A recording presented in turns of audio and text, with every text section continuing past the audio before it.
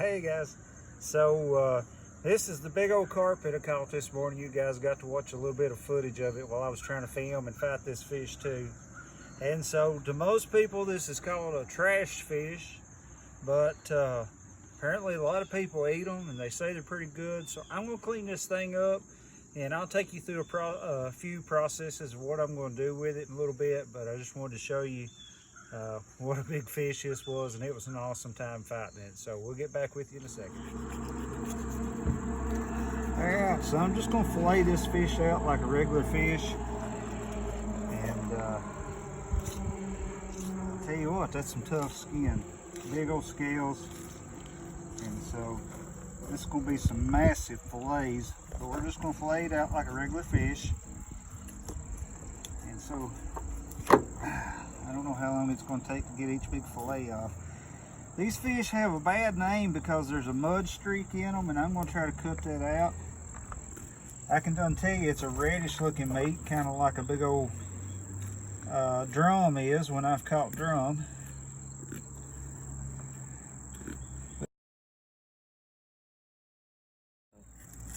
So I'm just following the bones down like any other fish that I would fillet. And there is a lot of meat on this sucker. A lot of meat. And as I said the other night in a cooking show, I always use a good sharp knife, because a dull knife will get you hurt by trying to push on it and make it cut, and you'll end up cutting yourself. So I always use a good sharp knife no matter what you're doing.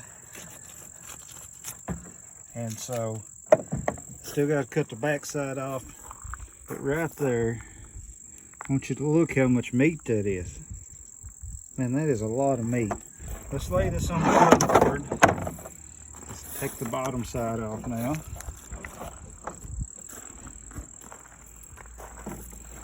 And so, I'm sure most of you guys have filleted a fish, but if not, if you take your good sharp filleting knife, you come down at an angle, you can hit that skin, and you'll just follow right up that skin, and you'll separate the meat from the skin. It's a lot easier on smaller fish. But as you can see what's happening.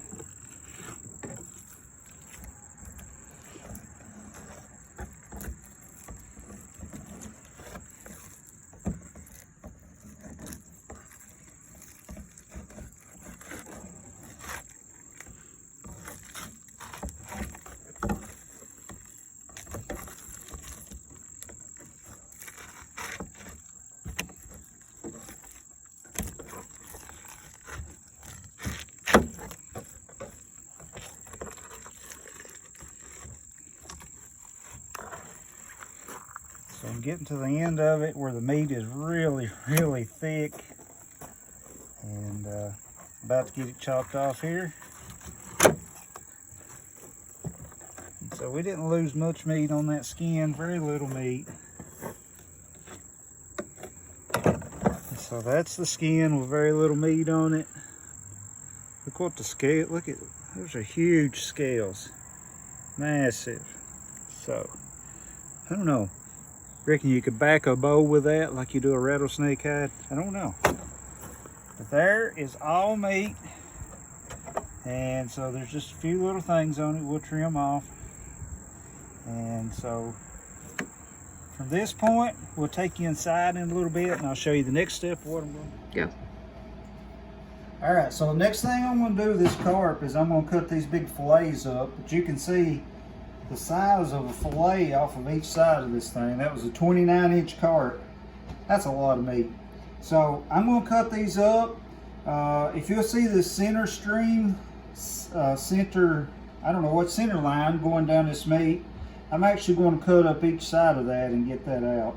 So while I'm cutting that, they may be some of you frowning your nose up because I'm going to try eating a carp, but you'll go to the store and buy something called tilapia, and I've eaten tilapia. It's really good. So maybe watch a documentary about how tilapia is raised sometime, and then you'll really wonder why you're buying it and eating it, because it's pretty nasty looking.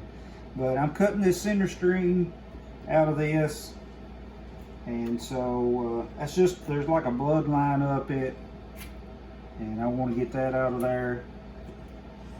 And so you can see how much darker that meat is than this meat. And I'm just going to lay that there for now. And then I'm going to cut this into just sections like this. I'm not frying this meat, so I know you might be thinking that's a pretty good chunk of meat. I'm not going to be frying it. First thing I'm doing is I'm going to cut it up like this.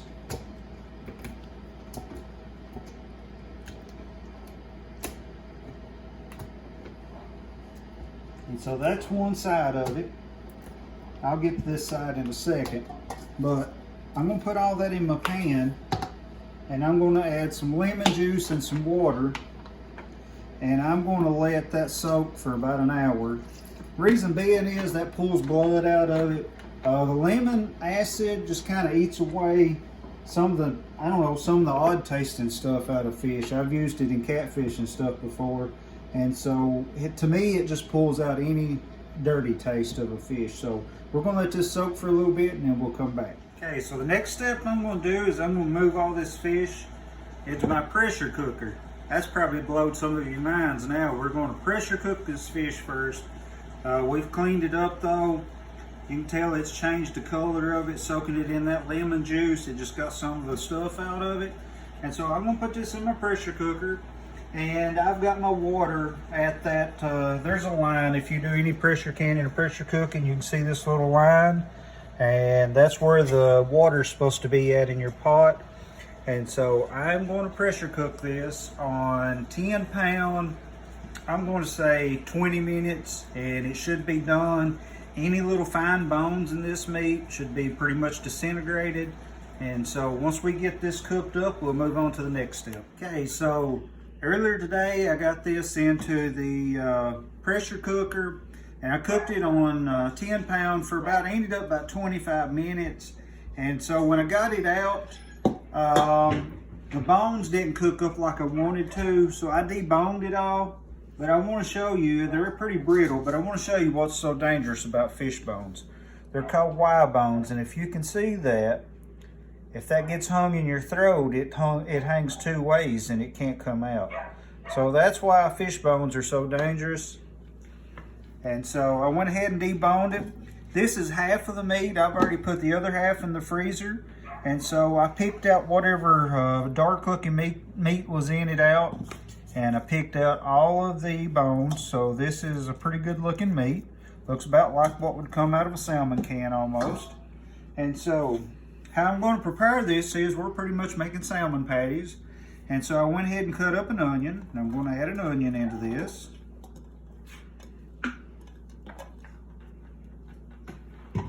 And you always add an egg anytime you are. And I'm going to go ahead and season this now and then put my cornmeal in. And so what I'm going to season it with is just regular salt, some black pepper, and I love this stuff, Old Bay seasoning. It's really good. And so I'm going to put a little bit of that in there, probably more than a little bit. And now, this is my own cornmeal from corn that I've raised, so we use our own cornmeal. But cornmeal out of the store works just fine. And any of y'all know how to make salmon patties, you just go ahead and start mixing your cornmeal in. And then you're going to add a little water in until you start making up your thick texture the way you want it. Get it textured the way you want it. And so get my egg busted up in there. Of course, you know the egg holds it together pretty good.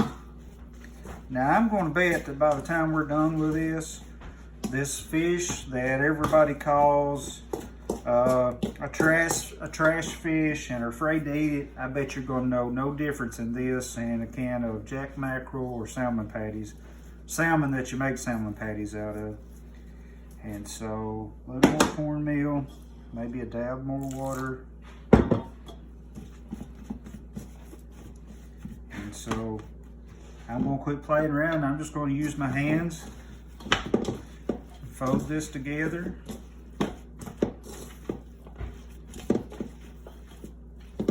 So I'm going to use a little more cornmeal. What consistency are you trying to get at? The consistency I'm trying to get at is when I can actually make it hold together as a patty or as a ball. I've noted people making this stuff either in a ball shape or a patty shape. You can add a little flour. Some people add flour, but right there is what I'm reaching for. I'm gonna zoom in. And so when I can make a patty that'll stay together just like that, then we're ready to fry it up into the skillet. So how I learned this was I was standing down on Cutchin Creek one day, down where I was raised at, and so it was snaring season and we were snaring suckers, and all I'd ever done with them was fried them and tried to pick the bones out and eat them. That's the way my mom fixed them. And an old man I knew in the community come down through her and told us, he said, boys, any of those suckers you don't want, I'll take them home with me. So I asked him, I said, how do you fix yours? And he said, well, I pressure cook them down and then I make salmon patties out of them. So from that point on, I had heard other people talk about it, but I've never done it. But this will be the first time, and we're going to see what this is like with the carp. So I'll get a skillet ready and we'll get that fried in just a second. As usual for them, anytime you get your grease hot, you're going to start cooking with it. I like to put a little dab of my flour or cornmeal or something in there and make sure it's good and hot before I get started. So we're going to make some of these up now into patties. We're going to go ahead and get them in this hot grease. So watch your fingers, don't get burnt. I heard that start sizzling, that's what I want. Now I told you that I'd put half of this meat in the freezer already because I don't want to fix all of that and then us waste them. This will be enough to eat on tonight and to eat on tomorrow for us. If you made a big batch of these up, you could freeze them, get them back out of the freezer, let them thaw out, and heat them back up in a skillet. But they usually don't last that long for me. Me and Alex gets them right out of the refrigerator the next day and eats them. And that's already 3 patties, so we're probably going to have 6 or 7 patties out of this one side of this fish. And as you can see, that's frying pretty good right there, getting hot. I don't like to crowd my skillet up. I like to have plenty of room in there.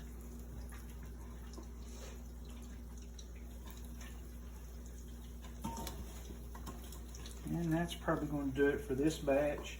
And so we'll fry this batch up and then we'll see what they taste like. I've about got all these patties cooked up now and fried in my skillet. And I've actually ended up with 8 patties out of about one side of that fish. So that'll make 2 suppers that we'll get out of that fish, which I think is excellent. When I'm used to usually catching bluegill and eating them, and we'll eat 15, 20 bluegills in one evening. So those are finishing up in the skillet. Those are nice and brown. And I got this one out and I've been letting it cool off. And you can see it.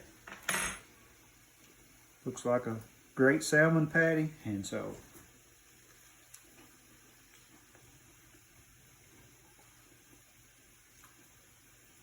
excellent. Ain't a bit of difference in that. And a can of jack mackerel. My mama even made salmon patties with tuna before. This is wonderful, guys. I can't tell a bit of difference in this. Can't tell that it's a carp. If you'd have fixed this and reached it to me, I'd have figured you'd just fix regular salmon patties.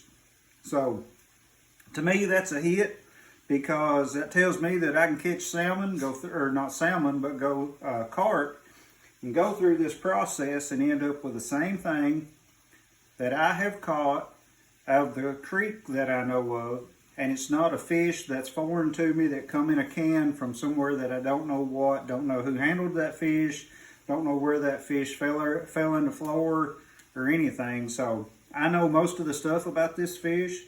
I've made one full supper out of half of it, and I'm telling you,